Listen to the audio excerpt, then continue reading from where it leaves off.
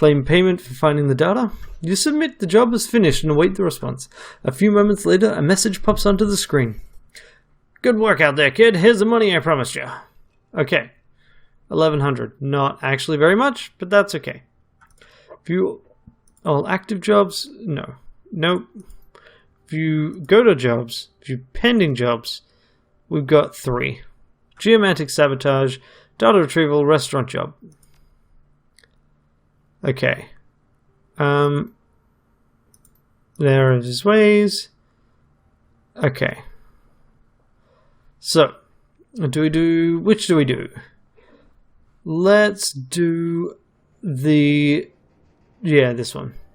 I hope you've been enjoying your newfound success in the shadows. I've got another job for you, one that should prove very lucrative indeed. I've been contracted by an employee of the Eastern Tiger Corporation. He needs you to steal some research data and biological samples from his employer.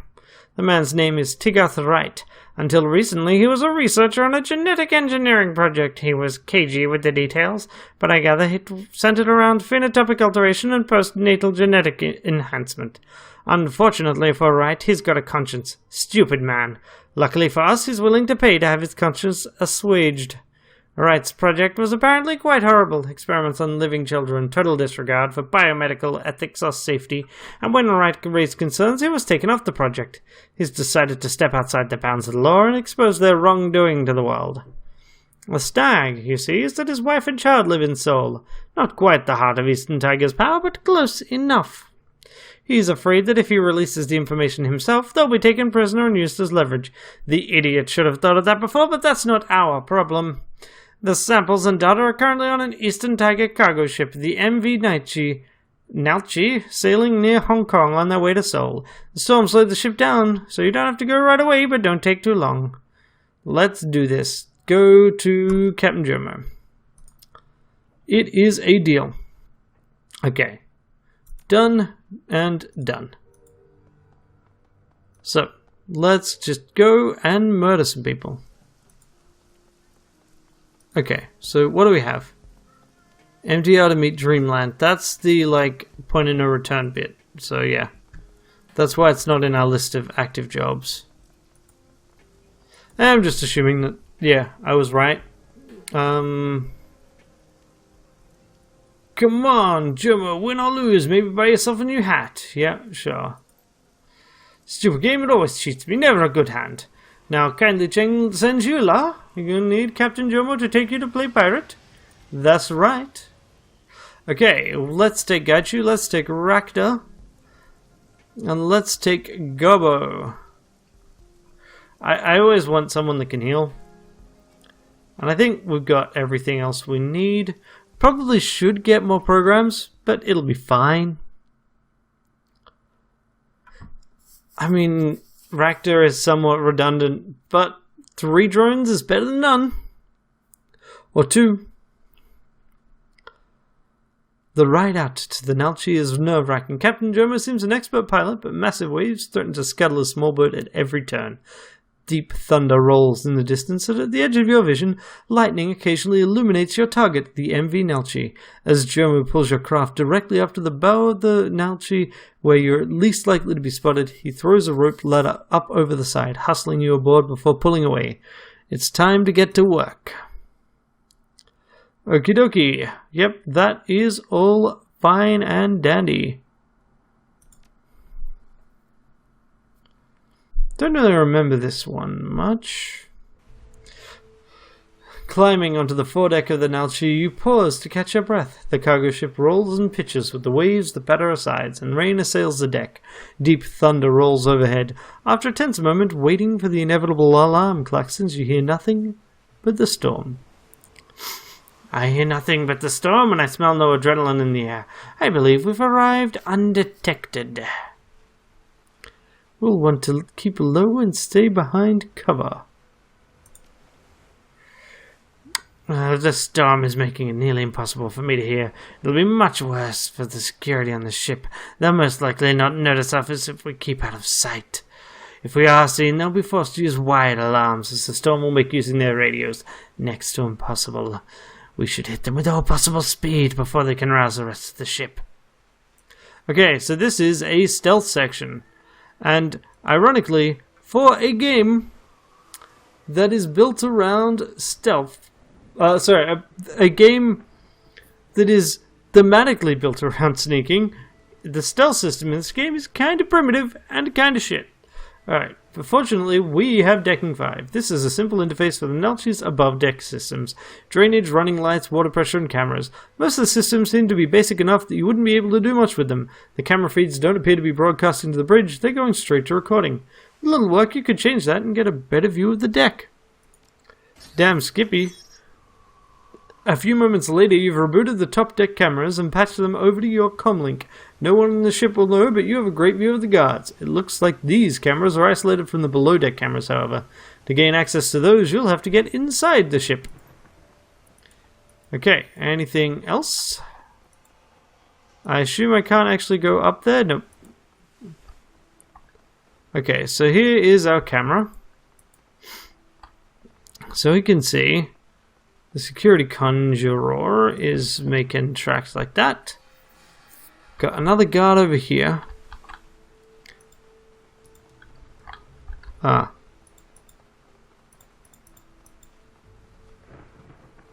So where do you go? Okay.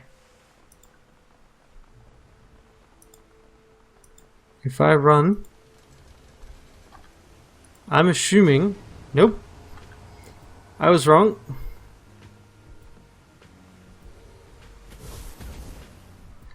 Okay.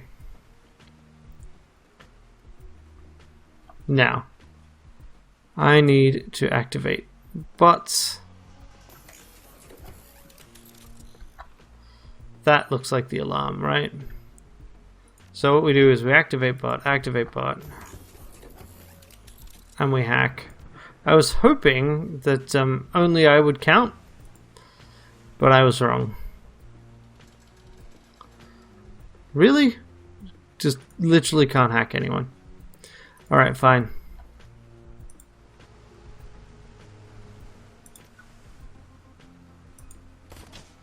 Good. And then we'll do an aimed shot to your back. I can punch that guy. That doesn't seem like a great plan.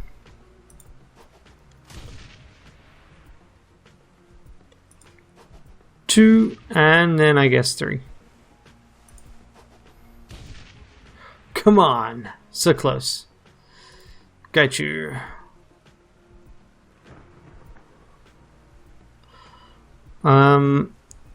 Can we do something fun with this? 1 AP damage. Frenzy. No, this is basic melee attack. Damage, this one. Let's bite him. Yum. That is not how that was meant to go. Let's try this then. Good. You know what? Punch him anyway. Unhelpful. Alright, Rakta. Get your butt in on this. Crochet also has 3 AP. Good. I'll just punch you twice. Rakta, can you not repair? Overclock. Your little buddy. Oh, what? Oh, okay, I guess I just used 2 things, enhancing it. That's fine. Now let's kill this guy. Sawblade arm. And then kneecap. Okay, gob it.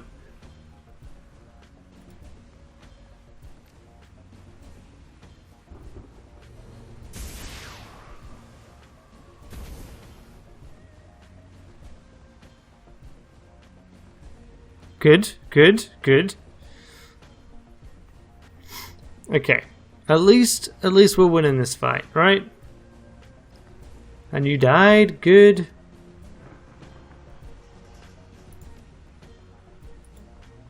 Punch a man.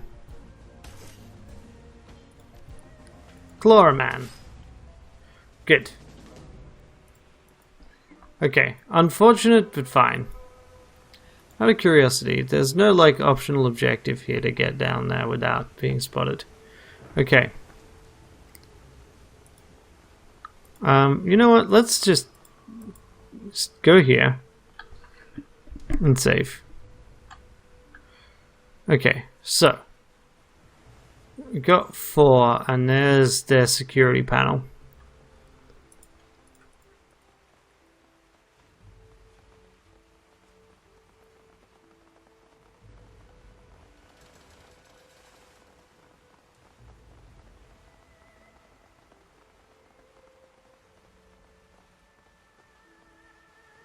Okay, cool. Save. Okay.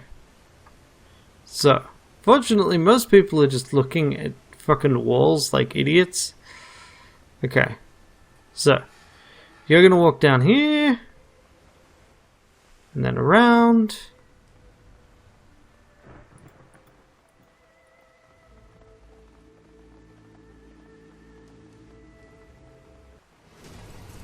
Okay. Don't know who counted as seeing us then, but whatever. There's our panel. Rude. I mean, you just shot your friend. Clever. I do wish it would stop steal and focus when it did that. And now...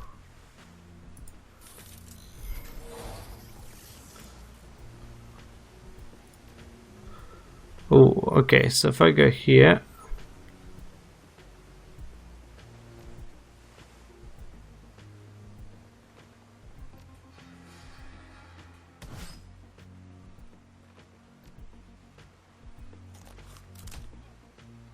Oh, good, good, good. You want to activate Crochet? Crochet, you want to hit this guy in the kneecap? Good. Now you want to kill him. And maybe a little bit more dead. Good. You want to just shoot this guy in the face? Maybe one more time. No. Okay, fine. So go up here. Acidic fog.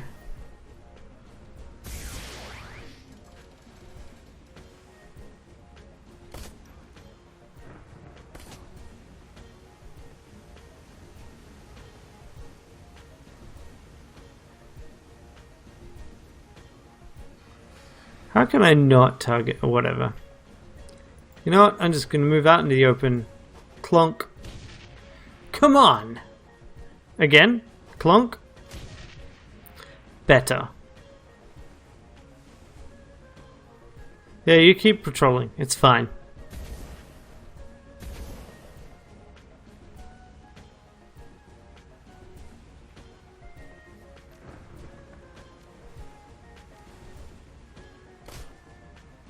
And dead.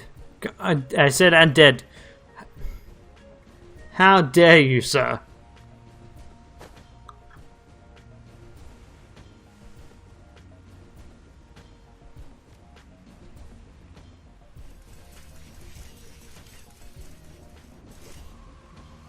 How dare you be so resistant to being stabbed? Okay, we got in. Next step. As you creep down onto D-Deck, the ship is eerily quiet. The sound of the withering storm is muted to low moans of wind and shuddering vibrations when lightning strikes.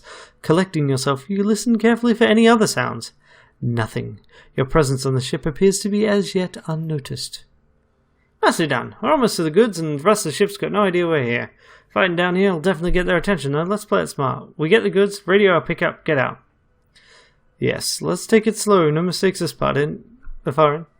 Keep your eyes open, Ranneko. We got this far without being... we've gotten this far by being careful. No reason to change that now. I'd like to get home without any extra lead in my body. Okay, so...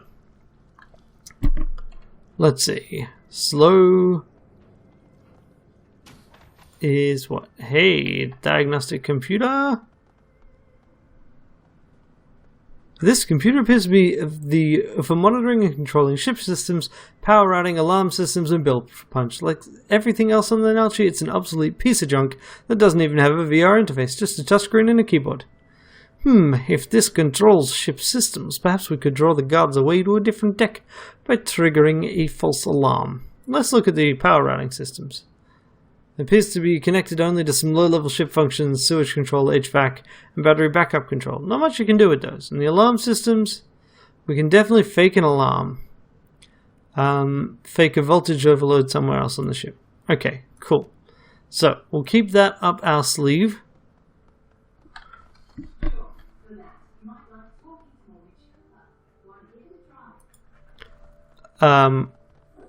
Okay. Don't know if you heard that, but somehow Google Home's been triggered.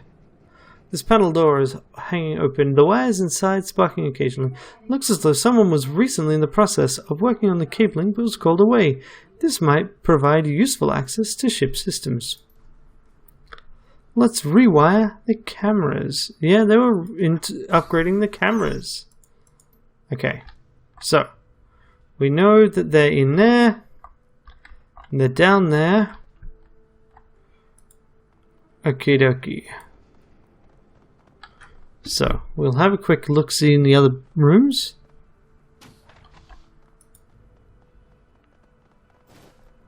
Okay, we'll take that and send it to stash.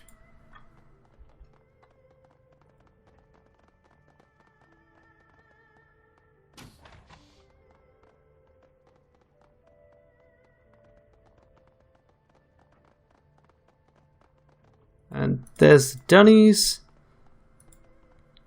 And we'll take that. Again, send it to stash. No, we're not going through that. That would be bad. Recipe for disaster.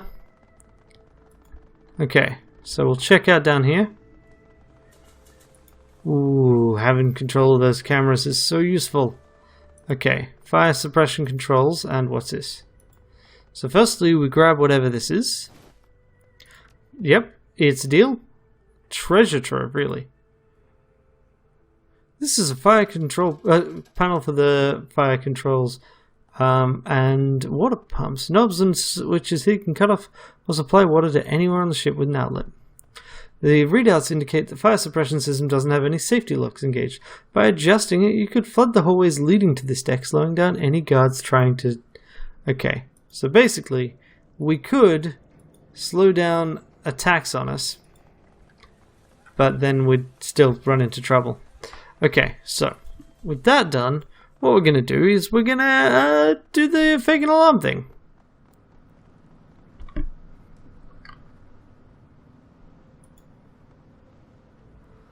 Okay, cool. Investigate alarm systems, fake an alarm. After a few adjustments, you set off a system test alarm on C deck. Won't fool anyone for long, but we'll have to go to C deck to make sure it's not a real alarm. Okay. So those guys bugger off. But these guys, these two guards, hang around up here. Which means we go here.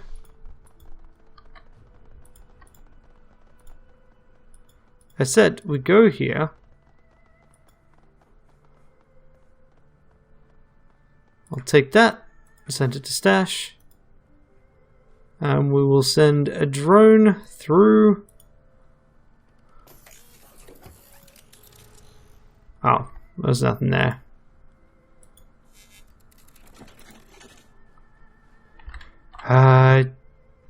Can I? Yeah, cool. What? You were not meant to be there.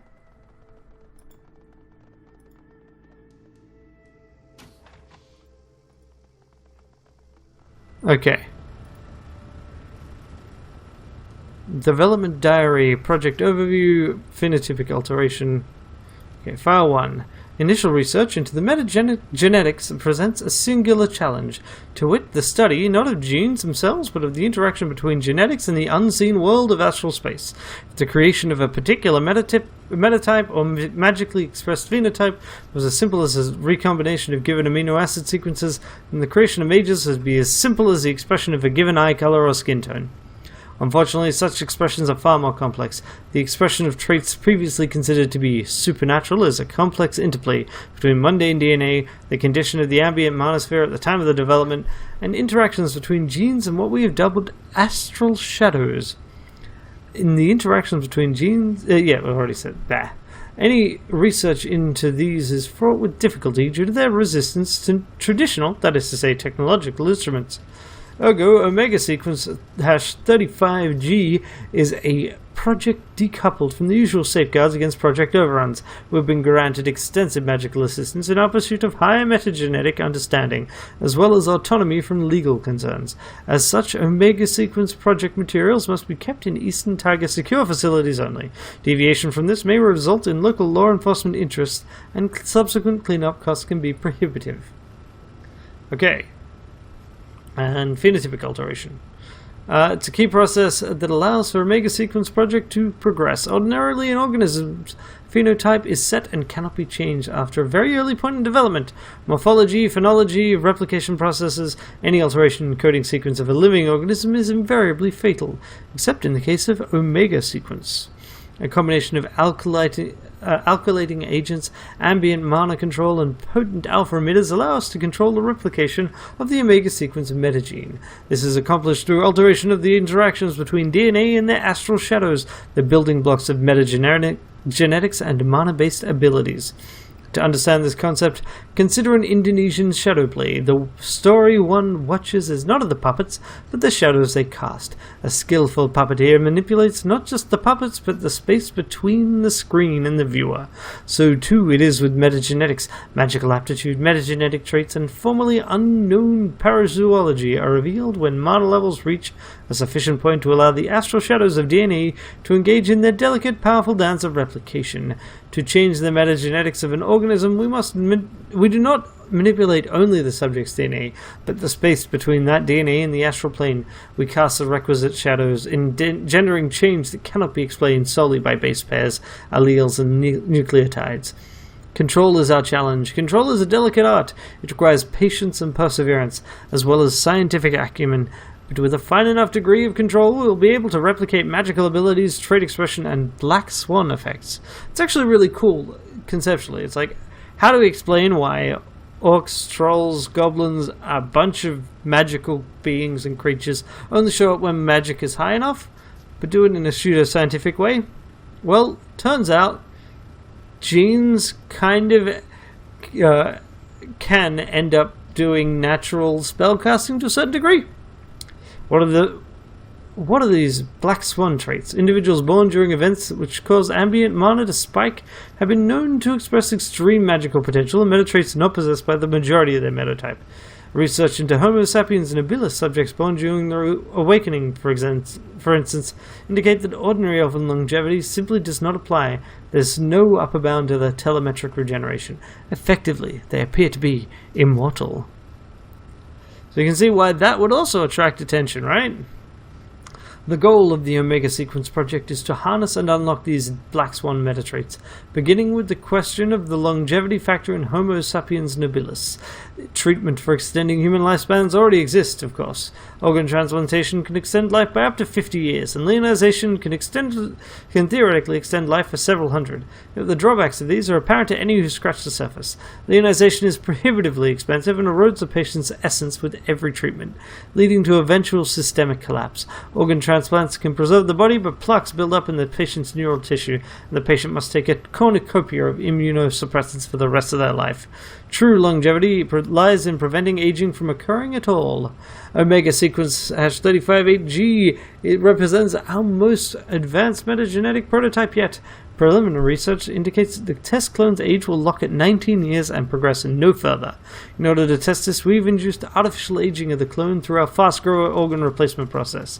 Unfortunately, this has led to an explosive cancer and mutation rate, rendering it non-viable for any other metagenetic research. Even so, the value of this test subject cannot be overstated.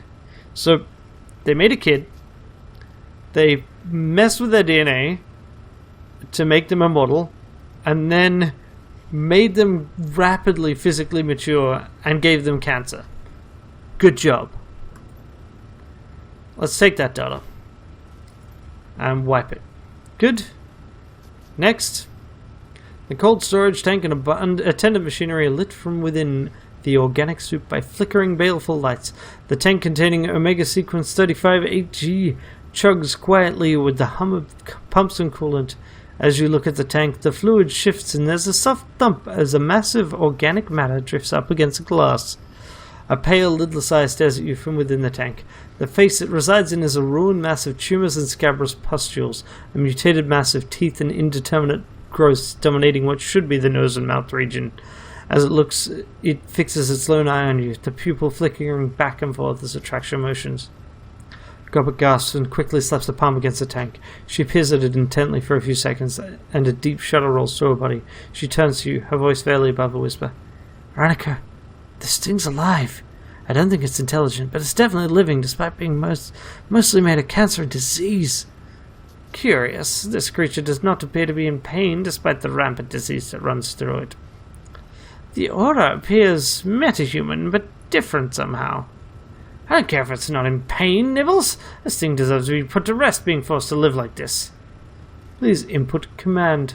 Take samples and turn off power.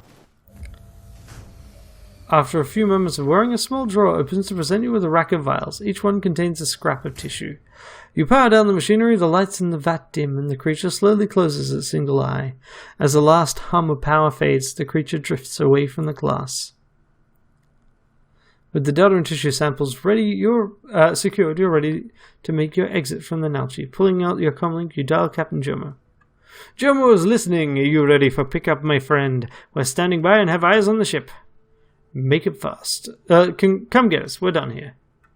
Easy, La. We'll be there in a few minutes. Be ready right where we dropped you off, friend. Last details to inform the Johnson everything's complete and have him transfer payment. You rapidly dial the number kindly Chen gave you for Tigath. The elf on the screen is a bearing of someone with no time for pleasantries, and his tone is flat when he speaks. This is Tigath. Is the task done?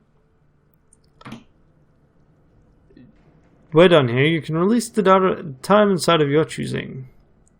That was swiftly done. Unfortunately, there's been a complication. I can't transfer you your payment until we meet in person. I've had a tail on me since I arranged the run with Kindly Chang. I think the Sealpers have caught up with me and are watching to see what I'm up to. I can shake the tail, but I need to ensure my safety before this is done. I can help with that, but it'll cost you. I'll pay whatever it takes to get them off my back. If I can't, my family's still dead. I have a safe house in Ho Chung Village that I set up before landing here. Meet me there. Call me when you're close and I'll shake the tail. As long as we can get it handled in a hurry, I should be clear to get out of Hong Kong. I guess we don't have much of a choice. I'm sorry about all this. I really am. You disconnect the call and you pocket your comlink. Things just got a lot more complicated. Oh, what a crock of shit. We're really going to help this guy out. This is no problem. If we want to get paid, we'll have to. Fine, I guess we have to. But I want you to know, I'll be very surly about this. As you begin to move away from the Omega Sequence cargo, you realize your comlink is buzzing with an incoming call. You're pulling it back out of your pocket, you answer. Good evening, Ranneko. My name is Huang Jiamin. I represent the Blue Heaven Sailpur Ring. I have just become aware you are in possession of some data and tissue samples from Project Omega Sequence 35-8G. I would like those samples, and I'm willing to pay you for them. I'm not in the habit of backing out of a deal. Nor would I expect you to be, given your exceptionally swift rise in the shadow community of Hong Kong. Understand what I'm asking of you I do not do lightly, but I am privy to information you are not, and I think I could be of some use to you. Please, do me the honor of hearing you out. I understand you're an associate of Kindly Cheng. My own organization is far too trivial to have attracted her attention, but I believe you can help me change that. Merely doing business with you will increase our standing a great deal, and since I have information that may save your life, perhaps we can come to an arrangement? What do you mean, save my life? Come on. Cough it up. The Blue Heaven Ring has been retained by Eastern Tiger in order to prevent the theft of Omega sequence data and samples, the very things you've just taken. Your employer, whose full name is Tagath Wright, has been attempting to acquire them for some time. The entire reason the data and samples are being shipped to Seoul is because of a botched Shadowrun, one on the Eastern Tiger facility in Tacoma, where the project was being developed. Tagath Wright was a Johnson for that run. Your employer is not who he says he is, nor are his motives pure. He has never been employed by Eastern Tiger and has no family in Seoul. As near as I've been able to determine, he is an agent of the Tier Information Secretariat. A spy, if you will. So why does he want the data? I'm not certain, but I suspect the Council of Princes has an interest in suppressing research into elven longevity. Every scientist working on the question of potential elven immortality has been disgraced or disappeared, except those employed by Eastern Tiger. I suspect that the elves have secrets they'd rather not have the rest of the world know. Wright's attempt to intercept Eastern Tiger's cargo at every port. Wright's attempted to intercept Eastern Tiger's cargo at every port it's landed at. The strike in Tacoma was only the first, and that there was a second attempt in Perth, and a third near the Riau Islands against the very ship you're on now. Don't think for a moment that Wright will hesitate to kill you as soon as you hand the data over to him. So what do you say? I pay you for the data you have, and both of us can eliminate Wright and whatever hired guns he's brought along. I think this is a fair arrangement. Well, I mean, I don't like Tier T. If Wright double-crosses me, I'll kill him myself. No deal. I'd hoped we'd be able to come to an agreement, but if you receive to see reason, bullets may prove more effective. No one crosses the Blue Heaven Ring and lives. Your death will be an object lesson in that. Well, I think you've made a new friend, Ranneko. I think he's unwittingly just gotten in far over his head. Our rep speaks for itself. Let's get back to Hong Kong. So, I mean, yeah, I don't want to deal with him because the experiments are incredibly unethical, but I certainly am not going to hand it over to the elves either. So, you know, it'll be fine.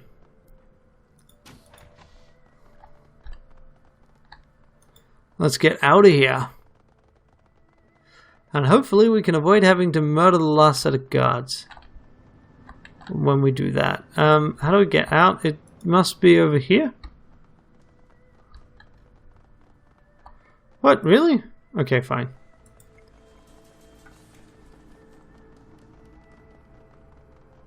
Why here? Oh. Well, I guess that's one way out. And I guess that skips the stealth segment.